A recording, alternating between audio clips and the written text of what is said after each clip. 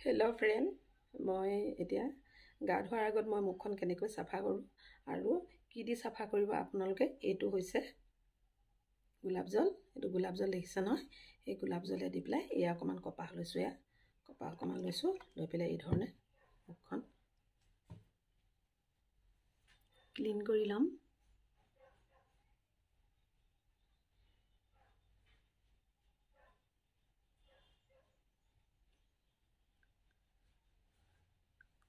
এই ধৰণে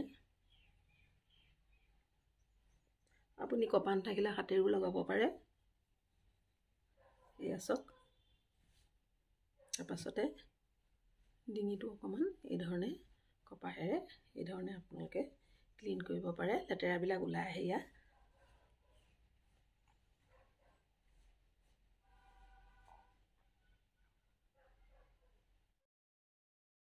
তাৰ পাছতে 2 নম্বৰ ষ্টেপটোত মই এইটো বাতি লৈছোঁ।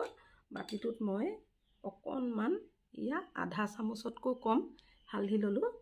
হালধি পাউডাৰ আপোনালোকে ঘৰৰ হালধি হ'লে বেছি ভাল হ'ব, কিনা হালধি হ'লে। তাৰ পাছতে এয়া অকণমান দেখিছেনে, চামুচৰ আগটোতে আধাতকৈ কম এয়া মজুল ল'লোঁ। মজুল তাৰ পাছতে অকণমান এয়া এল'ভেৰা জেল অকণমান ল'লোঁ। লৈ পেলাই তাৰ পাছতে মই আৰু কি ল'ম, এইটো খাবলৈ আনি থোৱা কফি পেকেট হয়।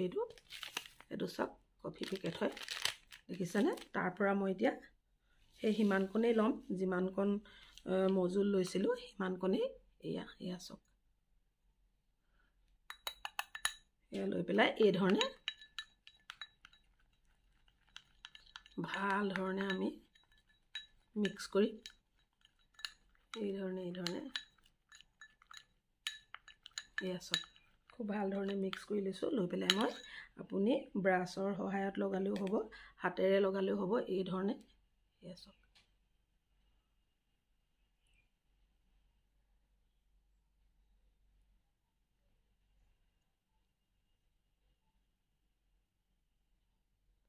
চকুৰ গুৰিবোৰ যেতিয়া ক'লা হয় নহয়, এই ৰেমেডিটো লগাব আপোনালোকে। এই ফেচ পেকটো এই ধৰণে বনাই পেলাই লগাবচোন, খুব ধুনীয়া হয়। চকুৰ গুৰিবোৰ মোৰো এইডোখৰত অকণমান ক'লা ক'লা পৰি গৈছিলে। চশমাযোৰ প্ৰায় পিন্ধি থাকোঁ মই, গতিকে এনেকুৱা হৈ গৈছিলে। এতিয়া মোৰ নাইকিয়া হ'ল।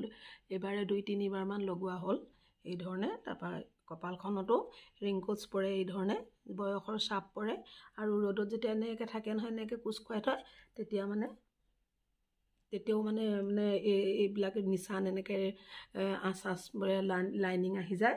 গতিকে নাহিবৰ কাৰণে আপোনালোকে এইটো অলপমান দেৰি এই ধৰণে পেক এটা বনাই পেলাই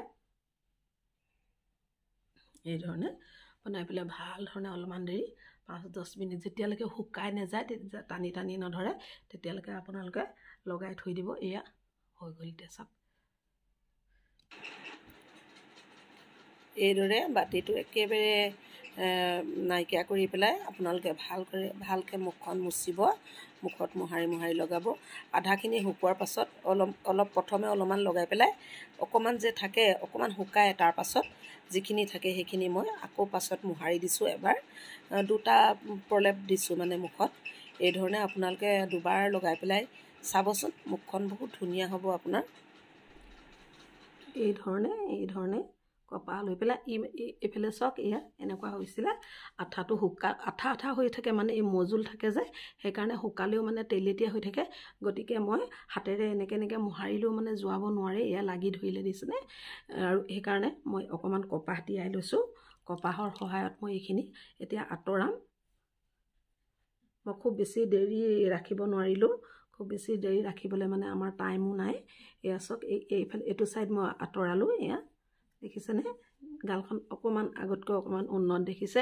এই ধৰণে প্ৰায় লগাই থাকিব লাগিব। এদিনত লগালে যে ভাল হ'ব সেইটো নহয়, অকণকৈ হ'ব। একেদিনাই কোনো কাম আমাৰ সিদ্ধি নহয়নে। বাৰে বাৰে চেষ্টা কৰিব লাগিব। তাৰ পাছতে এই ধৰণে আমি এতিয়া বোৱাৰী মানুহ, টাইমো নাপাওঁ। অকণমান যিকণ সময় পাওঁ সেইকণ সময়তে আমি এই ধৰণে অকণমান নিজকে অকণমান মুখখন মেইনটেইন কৰি ৰাখোঁ। অকণমান ভাল হ'লে ভাল লাগে ন ক'ৰবাত যাওঁতে মানে আপুনি যেতিয়া মেকআপ কৰিব এই ধৰণে আপোনালোকে ৰেমেডিবিলাক হেৰি কৰি থাকিব এই পেকবিলাক লগাই থাকিব তাৰপাছত যেতিয়া ক'ৰবালৈ যায় বিয়া চিয়া খাবলৈ যায় তেতিয়া আপুনি যেতিয়া মেকআপ কৰিব ন খুব ধুনীয়া এটা গ্ল' আহিব শ্বাইনিং এটা আহিব ভাল লাগিব মানে মুখৰ মানে শ্বাইনিংটো আহিলে ভাল লাগে মই ভালকৈ আঁতৰাই পেলাই আপোনালোকক পুনৰ দেখুৱাম হা এতিয়া মই মুখখন অকল সুদা পানীত ধুইছোঁ মই কিন্তু এয়া চাওক